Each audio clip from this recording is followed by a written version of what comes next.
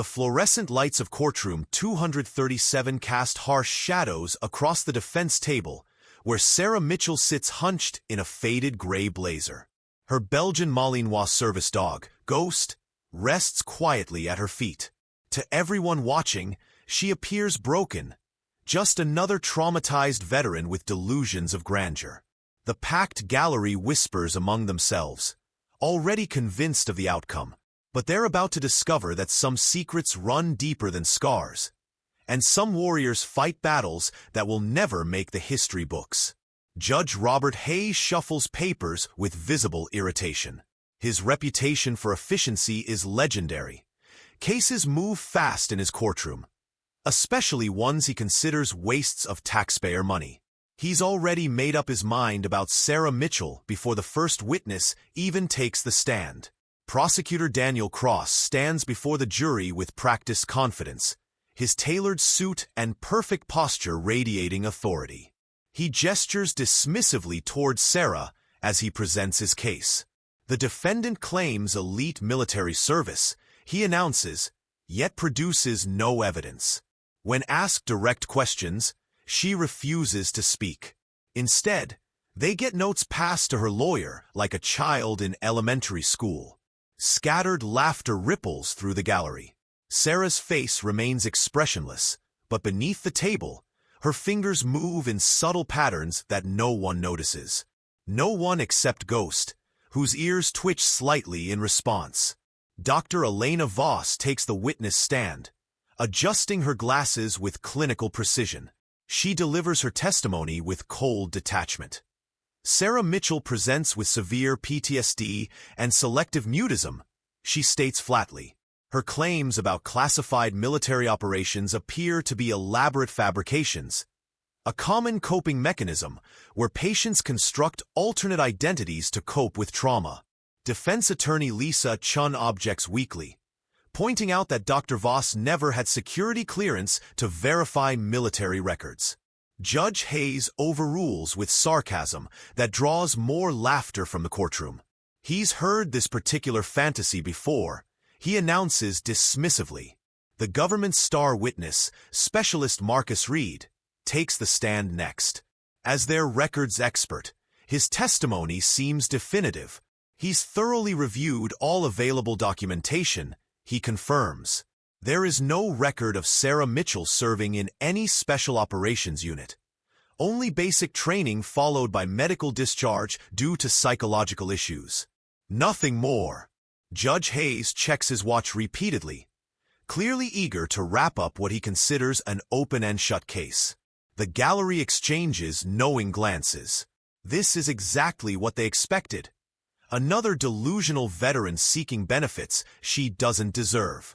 But then something changes. As testimony continues attacking Sara's credibility, a distinguished older man with perfect military posture slips quietly into the gallery. Admiral James Crawford takes a seat in the back, his experienced eyes never leaving Sara. She notices him immediately, but shows no recognition, maintaining her mask of silence. Prosecutor Cross delivers what he believes will be his closing argument early, painting Sara as a troubled individual who has constructed an elaborate fantasy. While she deserves compassion and psychiatric care, he argues, she is not entitled to veterans' benefits based on delusions. During this speech, Sara's behavior beneath the table becomes more pronounced. Her hand movements follow precise patterns. 3 fingers pause, circular motion pause. Ghost's response is subtle, but unmistakable to anyone who knows what to look for. His body language shifts, ears alert, muscles tensing slightly. Defense attorney Chun suddenly stands, requesting to call an unexpected witness. Prosecutor Cross objects. Admiral Crawford wasn't on the defense list, but Judge Hayes, despite his irritation, allows the testimony. Even he seems curious about what a distinguished admiral might have to say about this case. Admiral Crawford approaches the witness stand with measured military precision. His presence alone commands respect. He states his credentials with quiet authority. Deputy Director of Naval Intelligence Special Activities Division for 12 years, Commander of Task Force Phoenix for 8 years overseeing highly classified operations. Even Prosecutor Cross looks impressed despite himself. Crawford's testimony begins carefully, professionally. He confirms that he's familiar with Sara Mitchell by reputation and partial service record. More importantly, he explains that certain operations conducted between 2017 and 2019 involved personnel whose records would appear to anyone without appropriate clearance, exactly as Sara's appear now. When Cross objects to speculation, Crawford corrects him firmly. This isn't speculation, it's standard protocol. When operations are classified at the highest levels, participants' records are essentially erased from normal databases for their protection and operational security. Judge Hayes demands more than vague allusions to classified protocols. Crawford responds by suggesting a practical demonstration. There are behavioral markers, he explains, physical indicators and training protocols known only to personnel involved in specific classified operations. The courtroom falls silent as Crawford explains that K-9 units assigned to black operations receive specialized training far beyond standard military working dogs. Their handlers use command protocols combining elements of multiple languages and precise physical positioning. These protocols are classified and taught only to operatives within specific units. Judge Hayes skeptically questions whether they're supposed to evaluate the defendant based on dog tricks. Crawford's response is measured but firm. Not tricks, but behavioral verification. If Sara served where her fragmented records suggest, her service animal would respond to protocols in ways impossible to train outside the actual program. All eyes turn to Sara, who has remained motionless throughout the exchange. Judge Hayes addresses her directly, demanding participation if she wants the court to consider this evidence. The transformation begins subtly. Sara removes a weathered military challenge coin from her pocket, bearing no recognizable insignia. She places it deliberately on the table. Her posture shifts, shoulders square, chin raised, eyes focusing with new intensity. It's as if a completely different person has suddenly occupied her body. Without speaking, Sara makes a series of subtle hand gestures toward Ghost. Fingers splayed, then 3 extended, followed by a precise circular motion. Ghost's response is immediate and extraordinary. He moves from his relaxed service dog position to a precisely controlled tactical stance. Weight distributed evenly, head level, eyes scanning forward with military precision. Judge Hayes leans forward as skepticism begins cracking. Sara's next signal triggers something even more impressive. Right hand flat, 3 fingers curled, followed by a barely audible whistle pattern. Ghost executes a series of movements that create a triangulation point between himself, Sara, and the courtroom entrance. His head turns at exact 30-degree intervals, completing a full security sweep protocol. Admiral Crawford explains what the courtroom is witnessing. A room-clearing protocol taught exclusively to K-9 units assigned to classified special operations teams.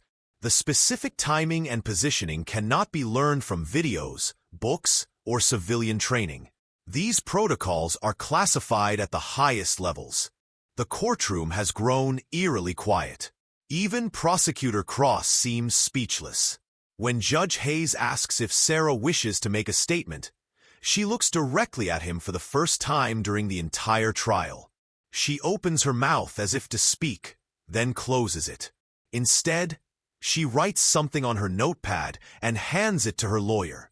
Defense Attorney Chun reads the words aloud. Operation Shadowfall, Kandahar Province, Team Echo, February 17, 2019. The effect on Judge Hayes is immediate and startling. His face visibly pales, and he grips his bench with white knuckles. The operation codename, the specific date. He knows that only 3 people alive have clearance for both pieces of information. And he's one of them. 30 years earlier, as a young JAG officer, Robert Hayes had helped design the legal frameworks that essentially erased certain military operations from official records. He had personally overseen the classification protocols for Operation Shadowfall. The fact that Sara Mitchell knows both the code name and the exact date means only one thing: she was there. Judge Hayes calls an immediate recess, his voice shaking slightly. As he rises to leave, Sara makes one final gesture to Ghost. The dog immediately returns to his standard service animal posture. The transformation so complete it's as if the previous demonstration never occurred. When court reconvenes the next day, Judge Hayes returns a changed man. Gone is the impatient skepticism, replaced by something resembling profound respect. In an unprecedented move, Prosecutor Cross announces that the state is withdrawing all charges against Sara Mitchell. Judge Hayes not only dismisses all charges with prejudice, but formally apologizes for any inconvenience the proceedings may have caused. Federal judges rarely apologize to defendants, particularly not after days of open skepticism. As Sara stands to leave, Judge Hayes does something even more extraordinary. He stands as well, a sign of respect rarely shown to anyone in his courtroom, let alone a defendant. The court reporter's camera captures this moment. A federal judge standing in respect for a woman he had dismissed as delusional just days before. Outside the courthouse, reporters swarm with questions, but Sara maintains her silence, walking through the crowd with quiet dignity. Ghost creates a natural buffer between her and the press. Admiral Crawford waits by the courthouse steps with a quiet message. The unit sends their regards, and her team hasn't been forgotten. For the first time since the trial began, something flickers across Sara's face. Recognition, perhaps relief. That evening, clips from the courtroom spread across social media like wildfire. The most popular video, titled "Judge's Face When He Realizes Who's Really on Trial," accumulates millions of views within hours. The footage shows Judge Hayes' expression as he recognizes the significance of Sara's demonstration, followed by his unprecedented show of respect. Comment sections fill with speculation about Sara's background and the classified operations she may have been part of. Veterans share the video with simple captions.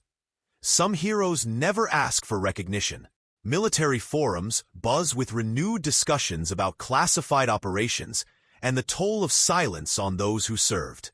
3 months later, Sara volunteers at a local veteran center, working with service dogs and their handlers. She never speaks about her past or claims special expertise. She simply works quietly with the animals and the veterans who need them. And if some of those veterans recognize the precision with which she handles the dogs, the subtle commands that produce extraordinary results, they never mention it. They simply nod in silent understanding, their dignity restored by knowing someone remembers what they sacrificed. The viral video's impact extends far beyond entertainment. Veterans organizations report unprecedented increases in donations and volunteers. Congressional inquiries begin into how veterans from classified operations are treated by benefit systems. Sara Mitchell may have maintained her silence, but her story speaks volumes about the quiet heroes among us. Have you ever known someone who never asked for recognition, but deserved it more than anyone?